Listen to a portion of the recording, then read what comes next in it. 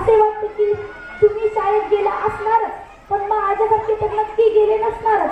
आता तरी म्हणा माझ्यासारखं म्हणजे नक्की कसं? आता बघा 10-12 शाळा पालत्या घातल्या म्हणजे तशा नाही, 10-12 शाळेच्या चक्रा मारल्या आणि शेवटी एका शाळेने मला कशी बशी घ्यायची तयारी दाखवली.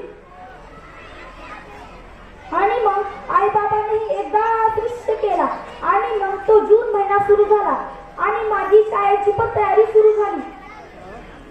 म्हणजे बघा शाळा माझी पण तयारी आई बाबाची. आई बाबा जास्त मीच जमलो होतो. शूज घेण्यासाठी पायाचे माप द्या, ड्रेस घेण्यासाठी अंगाचे माप द्या आणि केस कापण्यासाठी पार्लर मध्ये जा. खरं तर लॉकडाऊन मध्ये बाबाच माझे केस कापायची. बाबाची कलाकुसर बघून आईने मला पार्लर मध्येच नेले आणि मग एकदा ताजो जून 15 उजाडला आणि मला शाळेत पाठवण्याची सर्वांची घाई सुरू झाली.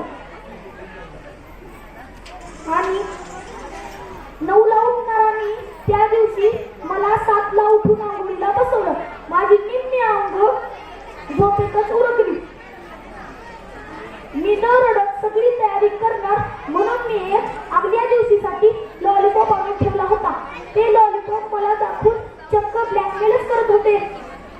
तो लॉलीपॉप तर काही मात्र मिळाला नाही, पण आईच्या सूचनाचा डोस मात्र मिळाला. हे हारू नको, ते हारू नको, खोड्या करू नको. आणि मग मी घरातून बाहेर पडताना बाबा माझा व्हिडिओ काढत होता आणि आजोबा सारखे गालावून हात फिरवत होते. मी म्हणलो, अहो आजोबा, ते बाबा तिकडून माझा व्हिडिओ काढतायत, मेकअप खराब होईल सगळा. तेवढ्यात जावं आजीचा व्हिडिओ कॉल येते. आजी मला शाळेत जाताना कोण रडूच लागते.